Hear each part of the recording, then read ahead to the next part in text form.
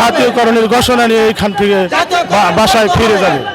নচেত আমরা এখানে অবস্থান করতেই থাকবো।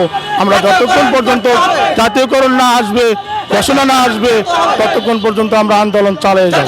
সারা বাংলাদেশের সমস্ত আলেম ওলামা, জনগণ, সাধারণ এবং ছাত্র সমন্বয়ক যারা আছে, বিভিন্ন প্রতিষ্ঠানের সহযোগিতা ইনশাআল্লাহ আমরা এবার জাতীয়করণ নিয়ে যাইতে পারবো ইনশাআল্লাহ। আমরা আসলে আমরা আজকে দীর্ঘ 40টি বছর অবহেলিত, নির্যাতিত। আমাদের এই পর্যন্ত এর আগে যে সরকার ছিলেন বারবার আমাদেরকে বলছেন আমরা জাতীয়করণ করছি, কিন্তু কোনো সময় আমাদেরকে করেনি। সর্বশেষ আমরা দেখছি আমাদের অনেকের আর মাত্র 1 মাস বাকি আছে, কেউ 15 দিন বাকি আছে, কেউ 2 মাস বাকি আছে। এই মুহূর্তে আমরা দেখলাম একটা দায়িত্বশীল সরকার আসছেন। এই সরকারের অনেক কর্তৃত্ব রয়েছে, তিনি অনেক কিছু করেছেন। সেই ক্ষেত্রে আমরা আশাবাদী যে আমরা যে এখন এই আন্দোলনটা করি, তাহলে ডক্টর ইউনূস সাহেব তিনি একজন ধর্মনিরপেক্ষ মানুষ, তিনি আমাদের দাবিটা মেনে নেবেন।